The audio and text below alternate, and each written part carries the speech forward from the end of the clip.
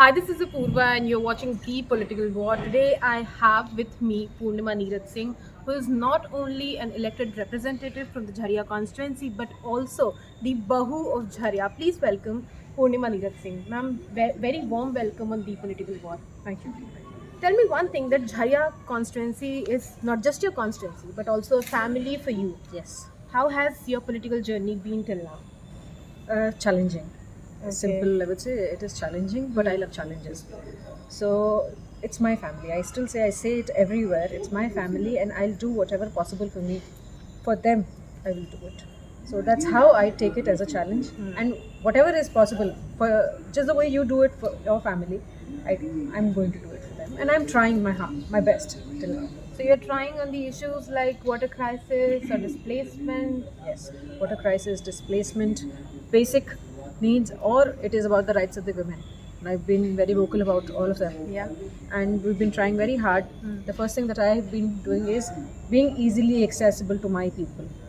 I think that is very necessary. That is very necessary for good governance. So that is where I have started.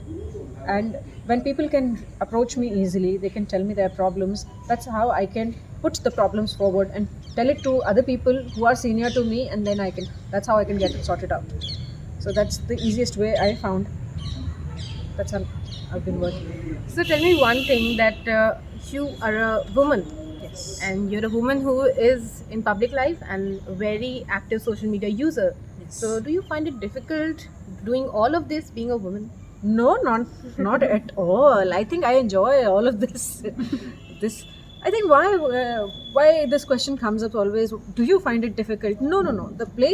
The designation I am right now, that's where I am right now. I think I ought to enjoy it first, because the rights that are given to me, or a man who is right next to me. If there is a man who is an MLA, and if I am an MLA, I think the rights are equal to us. It's all on to us how we are going to exercise it and use it for the benefit of our people. So I think when I am here, I think this question is just not right for me. Okay. I think I enjoy it, and I will try my best. In fact, there is something additional to it, that I can be approached by women, and I can approach women very easily if I'm in this place. Plus, if I do my work well, all sort of people, women, children, men, they can approach me, and they do with lots of love and lots of respect. They approach me because they have this faith, and when they come to me, they come with this great that no one else, you can do it, no one can do it, you can do it. And I only assure them that I will try my best. You have a very fierce personality, and we are recently witnessing Priyanka Gandhi Vadra offering 40% seats reservation Yes. in UP. So how do you look onto it? I think it's a very, very brave step. Especially in today's time, I think it's a very, very brave step. Forget about the political issues or political, ideologies or everything, but it is very brave to give 40% tickets to women right at this point in time, where everyone else will think about their, political advantage, that what am I going to get? Where she has pledged that we are straightway going to give 40% to women, in difference of who's going to stand there and how. So I think it's a very brave step right now to think, and it is going to empower women in some or the other way. So women empowerment is not about that, I'm going to give you something. It is not about give and take. Okay. It is about basic inspiration. How you are going to inspire, what you are going to do, that is going to inspire me, and I will do certain things. Bringing women to the policy making and to the position where they can take decisions, I think that will definitely make the women section stronger. Exactly. But tell me one thing, there are many issues, like I told earlier, like water crisis or the displacement. What are your steps towards that? So water crisis, there was a sanction scheme in the last government, which was not working, because when the government changed and the COVID came, and there were certain issues, technical issues. So through and this is for my constituency I'm talking. So through Vidhan Sabha, sessions and all, I tried to bring this issue up, and then I tried to get it sorted, and now it's almost sorted, because there were a lot of technicalities in that. Those were not addressed properly. So along with the district administration, along with the secretary, I did try my best to address it. And it is almost sorted now. Okay. And the work is going on. The work is progressing very nicely now. So we are hopeful that within 2 years, at least maximum of the water crisis that Jharia faces right now is going to be sorted. You have been very fierce when it comes to the opposition. So, is it just a fight of the legacy, or it is the fight for the people or their rights? No, I think it is for my people. Okay. I don't believe in being negative or to talk negative about anyone. I think what I will do, people will see, and then they will decide themselves. I'll leave it on their thought, and their decision. It is for them to decide. Once you do good work, where are they going to go? They're going to look up to you. You have been on this path, and there are many issues that need to be addressed in Jharia. What's your take on the displacement? Displacement is a national issue, actually. Okay. This cannot be sorted out simply by the state government or simply by the district administration here. See, when Jharia Rehabilitation Development Authority, it was formed in 2004. It was formed with this, that people will get their due rights, whatever, if they are legal title holders or non-legal title holders, they can be shifted, and it was a positive step to do so. But then there were a lot of technical issues which were not addressed over a period of time, as to even if the people are displaced, where are they going to find a job? That's one thing. The first is that if you're going to displace them, first you have to create the jobs. You have to fill that vacuum so that they can earn. The livelihood is the far more important thing. You can live anywhere, but you have to have earned something. Otherwise, it is going to create chaos in the society. And which is exactly the same thing if you go to and visit the place where they are staying. Some of those who have shifted, they don't have any source of livelihood. Income, yeah.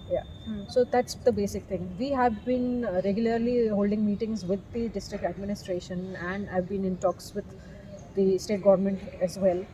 And I think I heard that there was a team by central government also. They've taken it into consideration and regularly.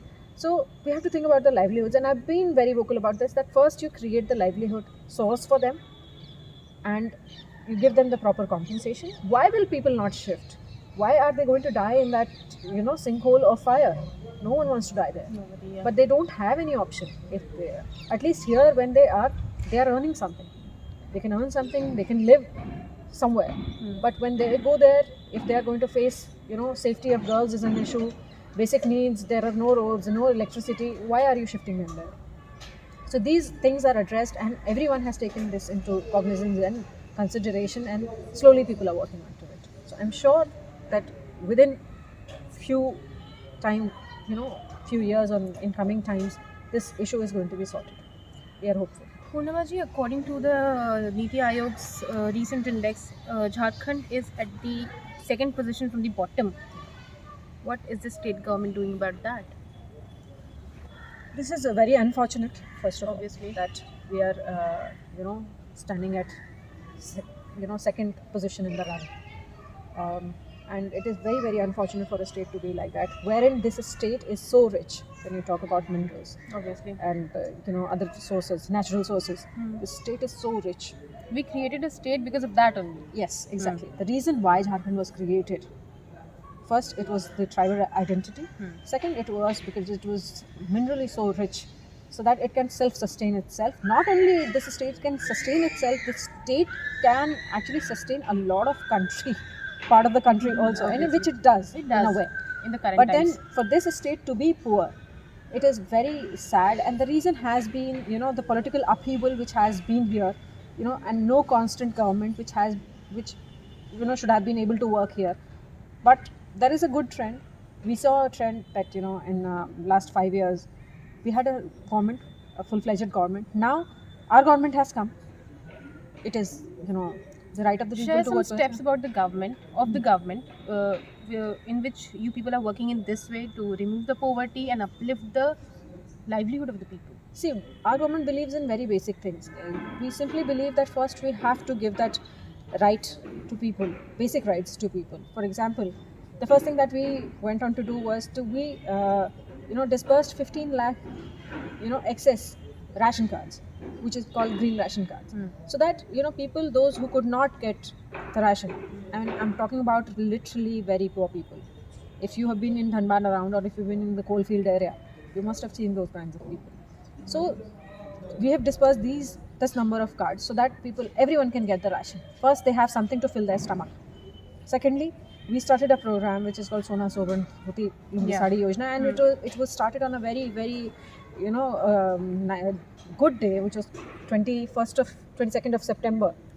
It was also to mark the 100th anniversary of the day Mahatma Gandhi gave up his Western clothes.